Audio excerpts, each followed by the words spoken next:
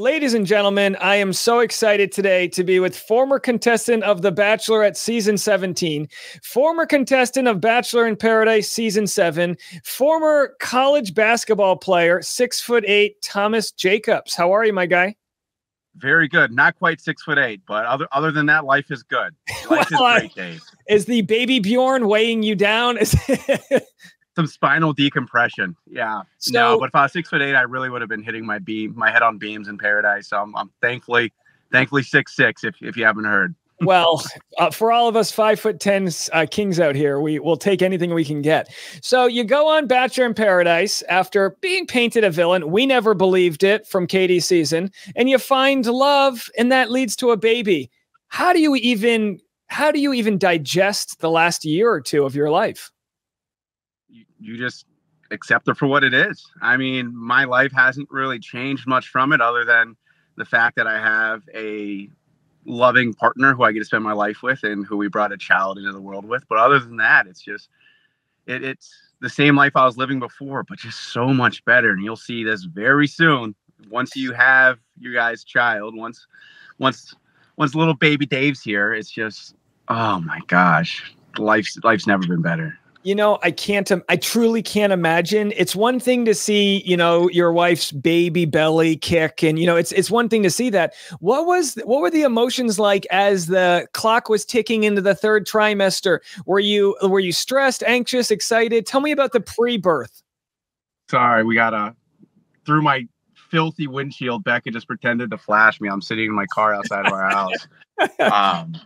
Pre-birth, you're just it's a nervous, beautiful anticipation, and things are going to change so drastically.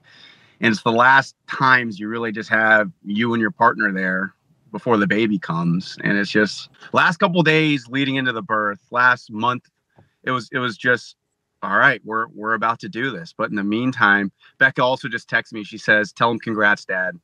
Thank you.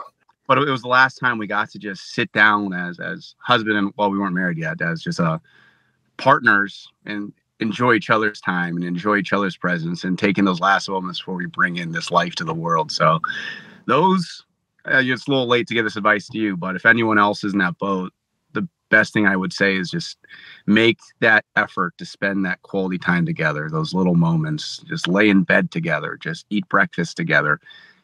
Do everything you can to clear your schedule so it's just mom and dad time before the baby comes. And Thank you. Yeah. I mean, life is changing. How has your love changed and all that comes with actually having a baby now? How has life changed for you?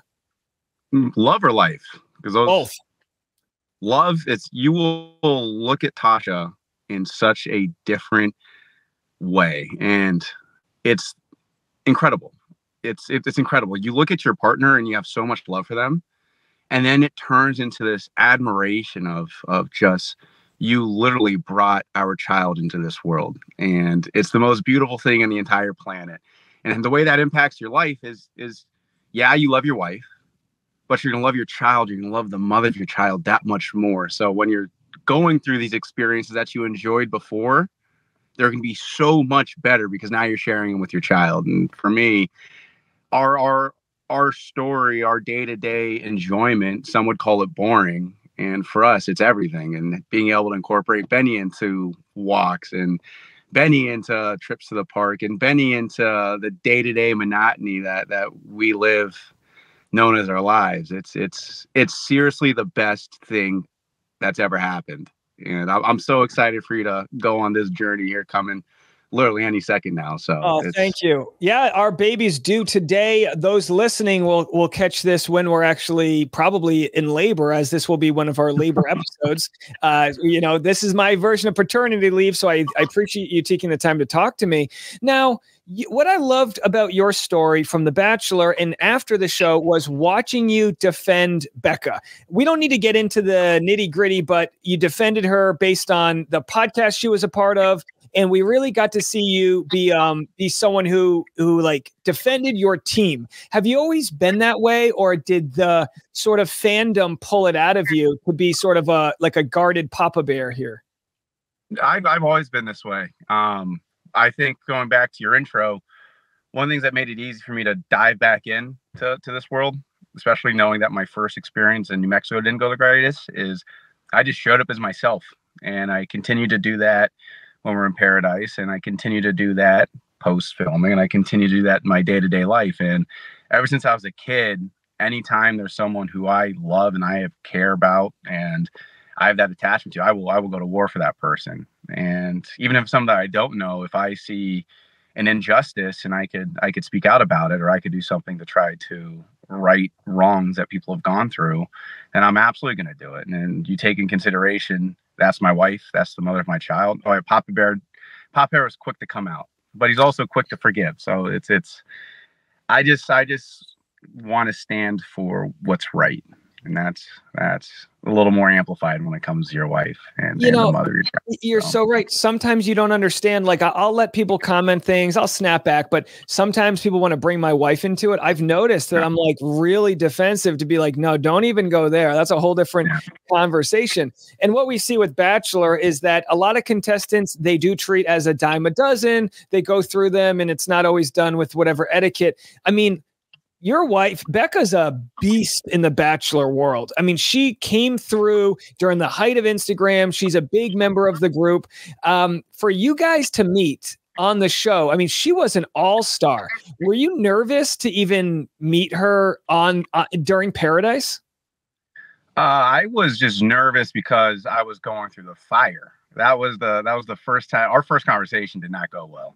And I think that goes just because the situation I was in and coming off the heels of everything else, I somehow found myself in the middle of more drama down in Paradise. Things just started getting situated with Tammy. I'm sweating bullets just from the humidity, the lights, and everything else. And I was like, look, I can't jump into a mess right now. So our first meeting was what didn't go the best. She hated me at first. She's quick to admit that.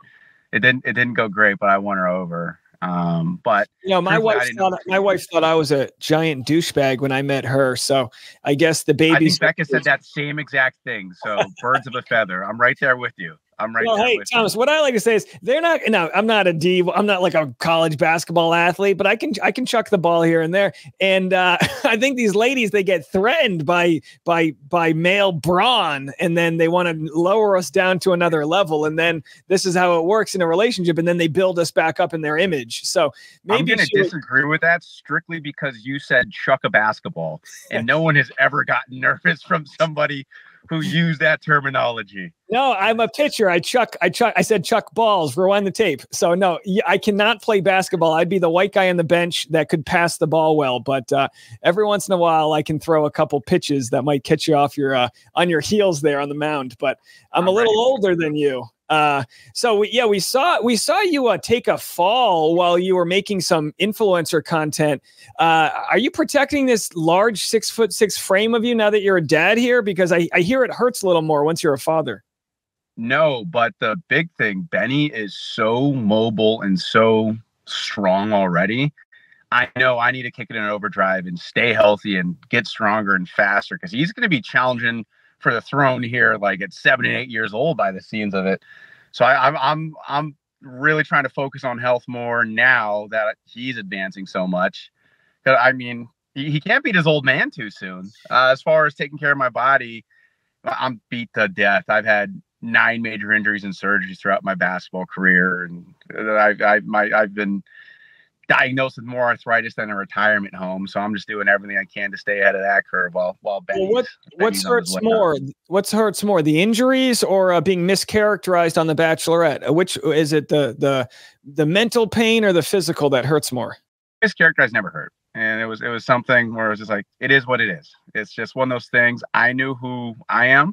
I knew who I was. I know how things actually happened and how they were perceived. And I know who the people were who were essentially throwing stones that led to a undesirable, quote unquote, reality TV outcome for me on the first time around. But the way I see it, my current life as is today wouldn't be what it is.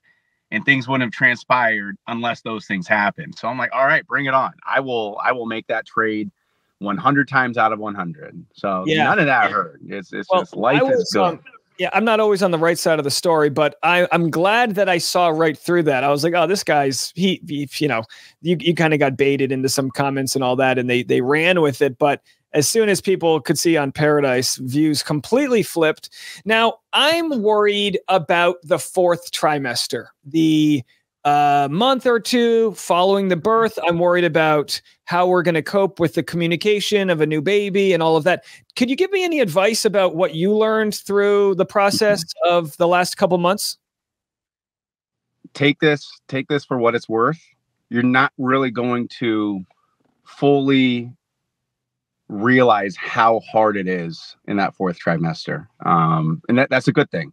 You're going to have so much flooded endorphins in your body. You're gonna be filled with so much love for this baby and for Tasha.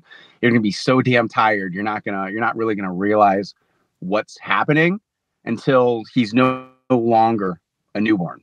And it's something I joke around with other parents now. It's just, you don't realize how hard, how oftentimes, how much it sucks with a newborn until you're out of that phase. So you're gonna be in survival. And if I were to give you any advice, it was just, Tasha's gonna be exhausted. She's going to be hungry.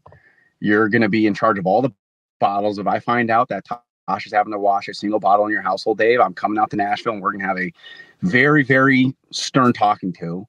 I don't want her to have to make a single meal. So whether you're signing up for meal prep or cooking, just do everything you can to make her life easier, because the brunt of taking care of a newborn, it's on the mom. And as dads, I said before I was useless. Now, when I became a father, that just confirmed it. It's just like, moms are the greatest things to ever happen to the earth, and we don't deserve them. So just keep that in mind and shower anything you can on Tasha. Take the baby when you can so Tasha could shower, because it's hard. It's so hard on moms, and to have a good support structure, a la Dave, that's going to be huge. That's the best thing you could do. Just wait on her hand and foot.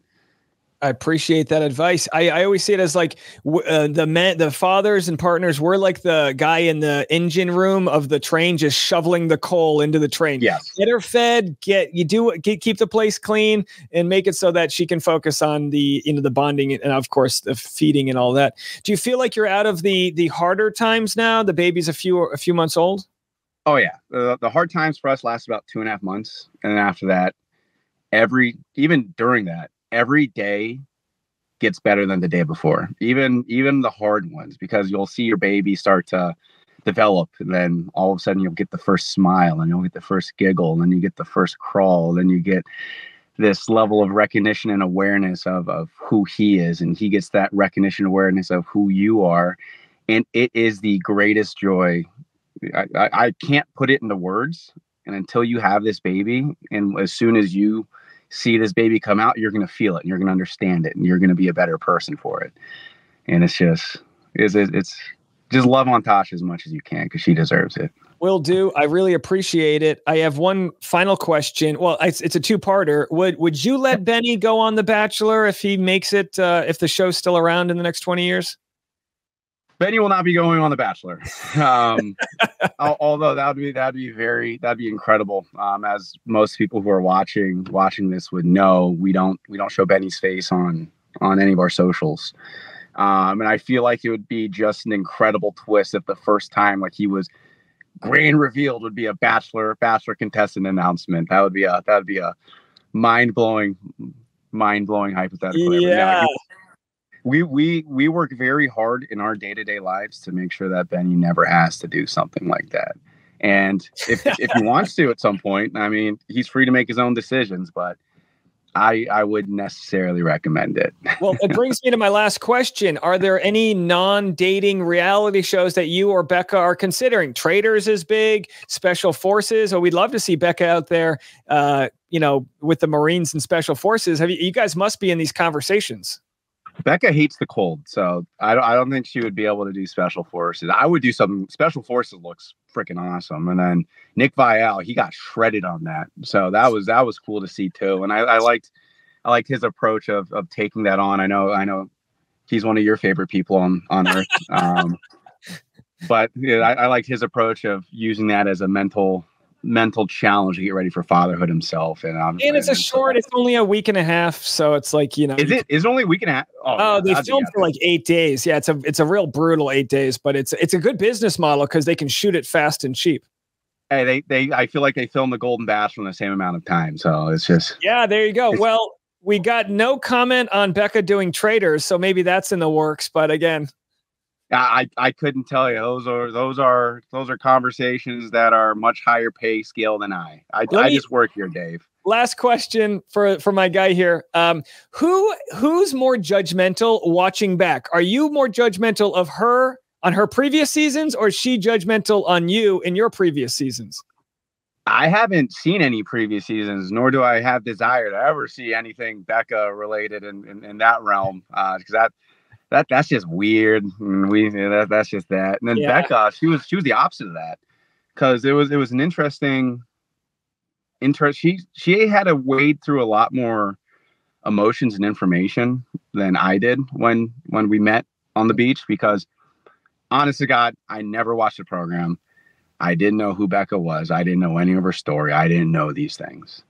Becca, she is watching in real time everything play out, what was going on with the way film was released and production was released, and the events occurred in New Mexico while she was getting to know me on the beach.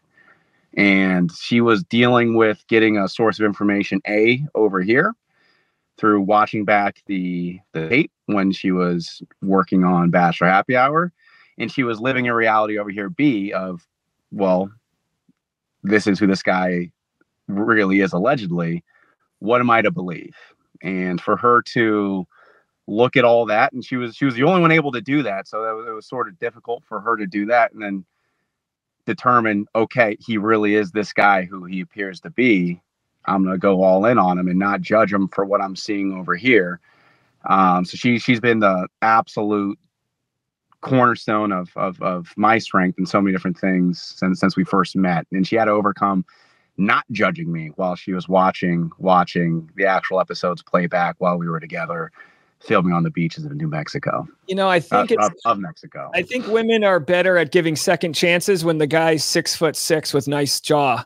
And luckily she gave you that second chance, dude. You're a great guy for me to look up to right now, because I'm watching you. I'm watching how you're raising your son, your kid, and it just it means a lot that you would take the time to give me any advice whatsoever. So thank you so much for being a part of our little paternity leave here. And I told you this many times. Anytime you're struggling with anything, if you have any questions, if you have anything, if you just want to vent, call me. Stop sliding in my DMs. Call me. You have my phone number. You have my address. There is an open invite. You got this. You're going to do great. Tasha, if you're listening, if you can hear this, you're spectacular. You're incredible. You got this as well. You're going to crush it. Fatherhood's going to look so damn good on you, Dave. I cannot wait. Thank you so much. I really appreciate it. Be careful what you wish for. I got you on speed dial now. Done. Honestly, do you guys have family in Tennessee? Like, who do you guys have out there? We have an aunt, but that's it. We don't have any like close relatives. Okay. Do you have family who's going to come out after baby's here? Tasha's parents are ready to come here. They're 4 hours away in Kentucky, so they're going to come in and help out with all of the non-essential stuff. Okay, that's huge, because I'll tell you now, non-essential stuff becomes essential when you have this baby. Because we're gonna have enough of the non-essential stuff. It really does take a village, and that's the big thing that I've learned, and what I'm so appreciative for is the friends that we have in the family. Not to put any added stress on you, probably bad timing me saying this, but that's been huge for us as well. And anything you could do to get ahead of those, like you said, non-essential items, you need to do it. You need to do it, because they will pile up, and it's going to be, you're in for a marathon. I'm not going to say it's going to be easy. The next 2.5 months are going to kind of fucking suck. Well, I'm as prepared as I could be, but I appreciate all the tips and everything. Anytime.